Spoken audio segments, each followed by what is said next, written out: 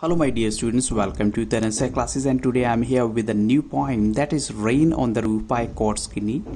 And in this poem, first of all, in this part I am going to discuss some stanza based questions which are going to be very helpful to you. So look at the very first stanza here. When the humid shadows hover over the starry spheres and melancholy darkness gently weeps in rainy tears, what a bliss to press the pillow of a cottage chamber bed and lie listening to the patter of the soft rain overhead. और इस poem को हम एक lyric बोलेंगे. Lyric एक ऐसी poem होती है जिसमें पोइट अपने कुछ इमोशंस को हाईलाइट करते हैं. और फर्स्ट स्टैंजा की जो हिंदी एक्सप्लेनेशन के अकॉर्डिंग मैं आपको बताना चाहूँगा कि पोइट कहता है कि जब भी काले नमी वाले बादल आते हैं आकाश में और फिर वो उस टाइम जो है तारों जो भी तारे या सितारे नज़र आ रहे होते हैं उनको कवर कर लेते हैं और एक सैडनेस सी जो है उदासी सी छा जाती है और वो डार्कनेस भी जो है उदास हो जाती है और फिर एकदम से आंसू निकलने लगते हैं. इसका मतलब क्या है, बारिश होने लग जाती है. और जब आप कहीं लेटे हुए हैं अपने बेडरूम में और आपने जो है पिलो को मतलब पिलो के ऊपर सिर रखा हुआ है और आप इस पूरे जो है प्रोसेस को फील कर पा रहे हैं, आप उन रेन की बूंदों को, बारिश की बूंदों को महसूस कर पा रहे हैं, तो ये आपको सुनना बहुत ही अच्छा लगता है. पोइट ऐसा कहना चाहता है कि आपको जो है ये बहुत ही अच्छा लगेगा जब आप ऐसा करेंगे. तो इसी स्टैंजा पर बेस्ड कुछ क्वेश्चन है जो मैं आपके साथ डिस्कस करूंगा. तो फर्स्ट क्वेश्चन है आपका, What does humid shadow refer to? आपको बताना है humid shadow का मतलब क्या है. तो humid shadow refers to the vapor laden clouds, यानी clouds जिनमें vapor है यानी बूंदें हैं पानी की छिपी हुई. क्वेश्चन नंबर 2 है, What bliss does the poet talk about? Poet किस हैप्पीनेस की, ब्लिस का मतलब होता है हैप्पीनेस की बात करता है. तो the poet talks about the joy of lying in the cosy bed, hugging tightly the soft cushioned pillow and listen to the pitter patter of the raindrops falling on the roof. Poet कहता है कि देखो कितना अच्छा pleasant सा लगता है जब आप अपने बेडरूम में सोए हुए हैं, आपने कुशन को, पिलो को जो है अच्छे से आपने हग किया हुआ है टाइटली और आप रेन की बूंदों को महसूस करते हैं जो कि आपकी छत पर गिर रही हैं.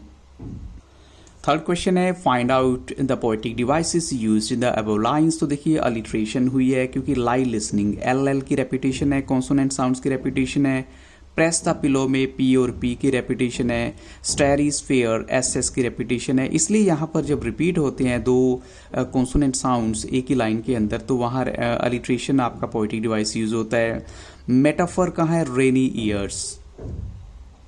अब जब आप टू डिसिमिलर ऑब्जेक्ट्स का कंपैरिजन करेंगे, देखिए रेनी टीयर्स, रेनी टीयर्स का मतलब क्या हो गया, वहाँ पर आप रेन को टीयर से कंपेयर कर रहे हैं तो मेटाफर है. मेलंकली डार्कनेस, और मेलंकली उदासी होती है, डार्कनेस अंधेरा होता है, दोनों को कंपेयर किया आपने, वहाँ मेटाफर हो गया. नेक्स्ट है हमारा ओनोमेटोपिया. इसका मतलब होता है पैटर ऑफ द सॉफ्ट रेन. और ये एक ऐसा पोएटिक डिवाइस है जो वहाँ पर यूज हुआ होता है जहाँ पर ऑलमोस्ट जो वर्ड है उसकी फॉर्मेशन उसी साउंड से मैच होती है. पैटर से ओनोमेटोपिया, इसीलिए इसको ओनोमेटोपिया बोला गया, यानी पैटर ऑफ द सॉफ्ट रेन. और अगर हम बात करें राइम स्कीम की तो वो है ABCBDEFE. तो देख लेते हैं बच्चों अब ABCB कैसे है. जैसे हॉवर्ड फर्स्ट वर्ड है, सेकेंड स्फीयर्स है तो ये A हो गया, ये B हो गया. फिर डार्कनेस ABC और टीयर्स, स्फीयर्स टीयर्स साउंड है, ये कॉमन है तो ABCB. और नेक्स्ट अगर देखें 5 लाइन में, ये 5th लाइन में ये पिलो एक बिल्कुल डिफरेंट वर्ड है. फिर बेड, तो ये क्या हो गया ABCB, लेकिन इसके बाद ये D हो गया, ये बेड E हो गया और ये हमारा पैटर F हो गया और ये फिर से ओवरहेड ये E हो गया. तो ये बिल्कुल परफेक्ट राइम स्कीम है जो अभी आपको आंसर में बताई गई है. अब चलते हैं स्टैंजा नंबर 2. और सेकंड स्टैंजा में पोइट हमें क्या कहना चाहता है कि जब वो इस साउंड को, सॉफ्ट फॉलिंग जो साउंड है रेन का, उसको सुनता है जो कि वुडन टाइल्स पे गिर रही है रेन की जो बूंदें हैं, तो कहते हैं उसके माइंड में बड़ी सारी इमेजिनेशंस आ जाती हैं और थाउजेंड्स ऑफ रिकोलेक्शंस, जो पास्ट मेमोरीज की थॉट्स हैं वो धीरे धीरे वो बुनना शुरू कर देता है जैसे जैसे वो इस साउंड को सुनता चला जाता है. तो फर्स्ट क्वेश्चन है इसमें, what makes an echo in the poet's heart. तो उसका राइट आंसर है रेन ड्रॉप्स जो है, जो musical sound of the rain drops है उसकी वजह से उसकी मेमोरीज आती हैं पास्ट की उसके माइंड में. 1000 रिकोलेक्शंस का मतलब क्या होता है, the poet's memories of the past events है. Find out the poetic devices used in the poem. आपको बताना है यहाँ कौन सा पोइटिक डिवाइस यूज हुआ है। जो अबव एक्सट्रैक्ट है इसमें अलिट्रेशन है, tinkle on the shingles, T और टी की रेपिटेशन हो गई। मेटाफर है, weave their air thread into woof. अब यहाँ पर टू डिसिमिलर ऑब्जेक्ट्स को फिर से कंपेयर किया गया। Weave their air thread into woof. Woof क्या होता है? क्लॉथ होता है, थ्रेड से बुना हुआ। और अब चलते हैं स्टैंजा 3 की तरफ। Now in memory comes my mother. Poet कहता है मुझे अपनी मदर की याद आ जाता है जब भी ऐसी बारिश की बूंदों को सुनता हूँ जिसकी ऑलरेडी डेथ हो चुकी है। और फिर हम सभी के सभी डार्लिंग ड्रीमर्स यहाँ पर आपको बताना है कौन है। जो सिबलिंग्स हैं, पोइट कह सकता है कि जो बच्चे भाई बहन हैं आपस में, और जिनको पोइट की मदर को बहुत प्यार था, तो वो कहते हैं ये सब चीज़ें जो हैं याद आती हैं उसको। और पोइट ये भी कहना चाहता है कि जो मदर को याद करते हैं, मदर उनके पास आ जाती है जब भी ऐसी बारिश की बूंदें गिरती हैं, लेकिन सुबह होने से पहले फिर वो वापस भी चली जाती हैं। अब वो कहता है कि मैं देखता हूँ कि मदर मेरी तरफ बड़े प्यार से देखती हैं। जैसे जैसे इस साउंड को सुनता चला जाता हूँ, और जो टाइल के ऊपर गिरती हुई बूंदें हैं। तो आपको बताना है who are the darling dreamers here.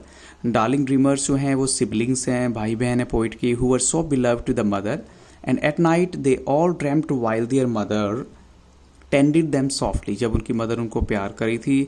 और रिफ्रेन का आपको मतलब बताना है, the musical sounds of the rain. यहाँ पर रिफ्रेन इसलिए यूज हुआ है तो musical sounds of the rain है।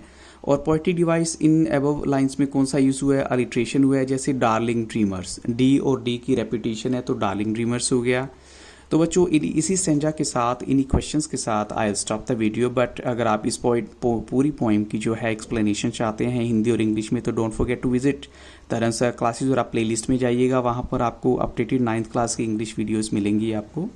तो thank you really very much for watching Taran sir classes and have very nice day.